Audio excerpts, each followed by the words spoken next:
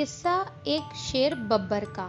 دور جنگل میں ایک شیر رہتا تھا، اور شیر تو ہوتا ہی جنگل کا بادشاہ ہے، اور وہ بادشاہ کہلانے کا حقدار بھی ہے۔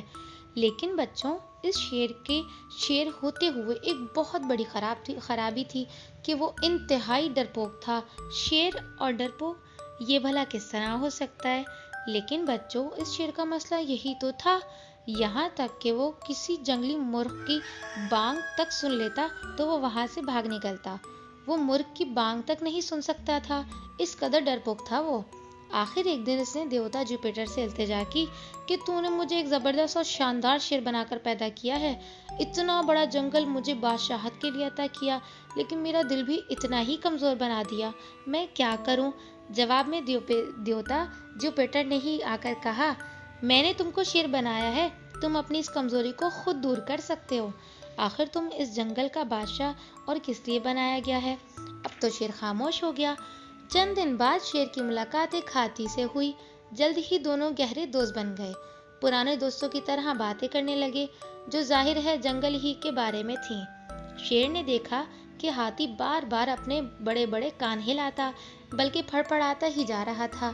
اس نے پوچھا تو ہاتھی نے بتایا، دوست شیر، یہ مکھیاں ہیں جو مجھے تنگ کر رہی ہیں، اس لیے مجھے اپنے کان پھڑپڑاتے رہنا پڑ رہا ہے، ورنہ یہ میرے کانوں میں گھس جائیں گی اور مجھے اور زیادہ تکلیف دیں گی اور پریشان کریں گی۔ اب شیر کی سمجھ میں آیا کہ دیوتا جوپیٹر ٹھیک ہی تو کہہ رہا تھا، اتنا بڑا ہاتھی اس قدر حقیر مکھیوں سے پریشان ہے تو میں تو شیر ہوں، جنگل کا بادشاہ، ذرا سے مرغے سے کیوں ڈر کر بھاگوں جو میرے آگے کچھ بھی نہیں۔ کچھ دنوں بعد شیر کو اطلاع ملی کہ اس جنگل پر حملہ ہوا اور قبضہ کرنے بھیڑیوں کی فوج چلی آ رہی ہے۔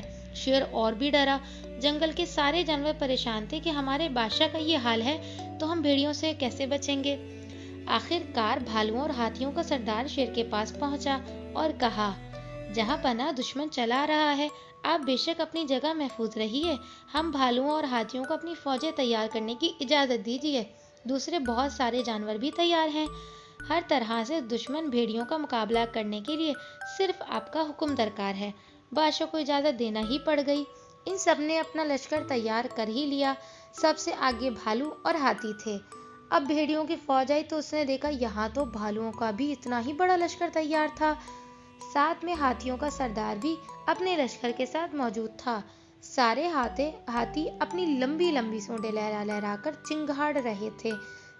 سارے جانور متحد ہو گئے تھے۔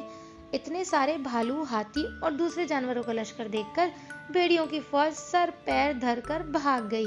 شیر کو بھی عقل آ گئی، اس نے پھر بہادری اور دانش مندی سے حکومت کی۔